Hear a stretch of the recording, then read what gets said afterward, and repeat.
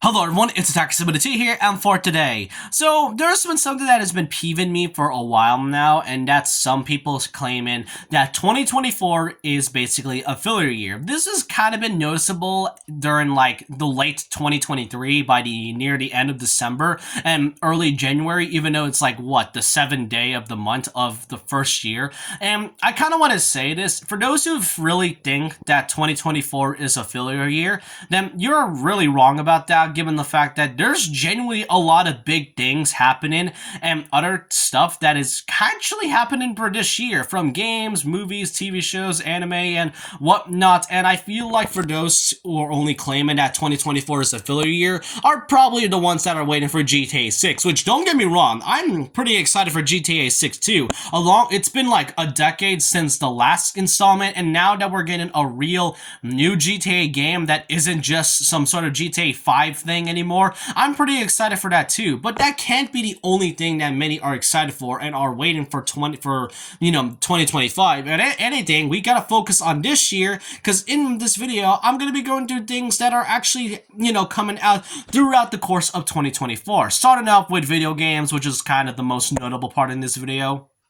Starting out with some Nintendo content, we got games that are still coming for this year, with the upcoming The Paper Mario The Thousand Year Door remake in the next couple months on March. We're gonna be getting the new Princess Peach Showtime game, which stars Peach as our own main star since Super Princess Peach. Then there's also Mario vs. Donkey Kong, a remake to the original Game Boy Advance game, and then a remaster to Luigi's Mansion Dark Moon, Luigi's Mansion 2 HD. All of these things are just now, yes, while it's only 4 games that is being made by Nintendo as of recently, there's still maybe some that Nintendo has in store for us for 2024, and they could probably show that in the Nintendo Direct for all we know. And that's just Nintendo stuff. There's still a lot happening with PlayStation and Xbox. Starting off with Persona 3 Reload, a remake of the original Persona 3 game, having updated graphics, different gameplay,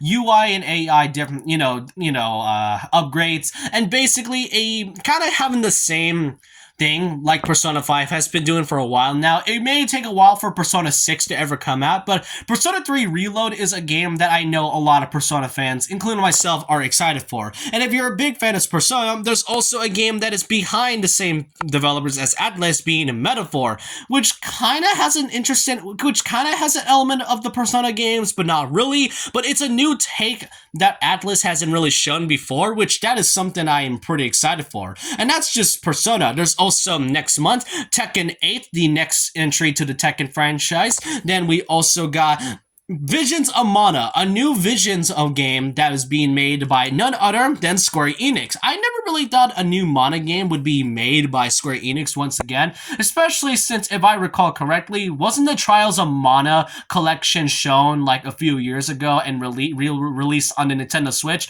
I can't really remember that, honestly.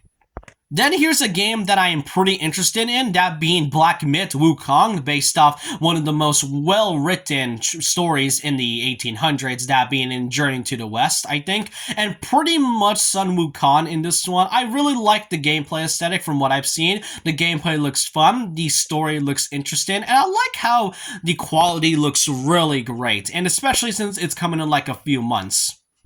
And then Final Fantasy VII Rebirth, a sequel to Final Fantasy VII Remake, which I am pretty great and excited for. Yeah, the story could be disjointed like they did with the remake, but hey, it's Tetsuya Nomura. What do you expect? The quality in the game looks amazing.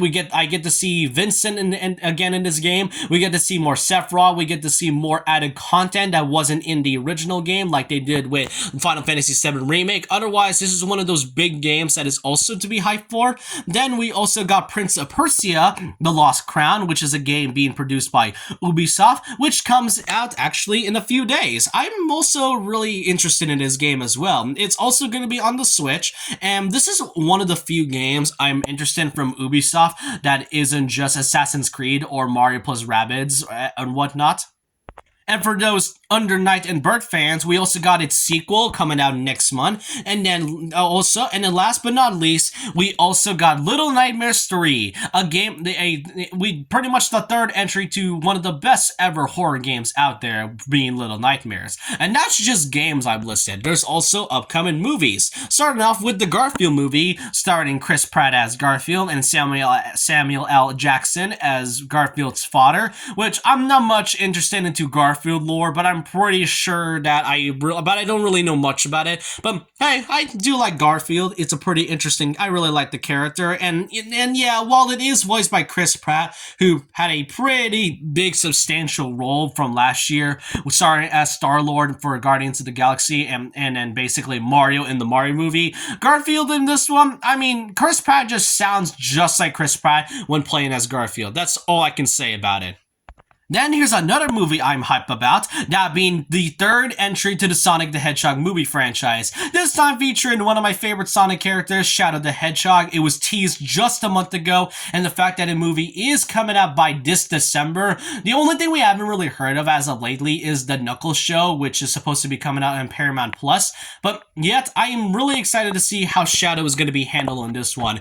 Jeff Fowler, Sega, Paramount, don't family on this one. Then we also got the sequel to Inside Out, being Inside Out 2, coming this summer and all. And yeah, while Disney had a pretty rocky year in 2023, especially with the movie Wish, I have no doubt to see what other opportunities they can make with Inside Out 2, especially since Pixar is the ones making it, obviously. Then we also got another DreamWorks movie, this time being made by, this time called Ori in the Dark, and this movie will be coming out next month on Netflix. And yeah, it is kind of strange to put this movie on Netflix, but hey, DreamWorks had kind of an interesting year from 2022, especially with the rise of Puss in Boots. And while Ruby Gillman last year wasn't exactly the best movie, I did enjoy it, and I am curious to see how well this story could be written. And speaking of, there's another movie I'm excited for, Kung Fu Panda 4, a fourth entry to one of my favorite movie franchises from DreamWorks. The animation is beautiful. I love Poe in this one.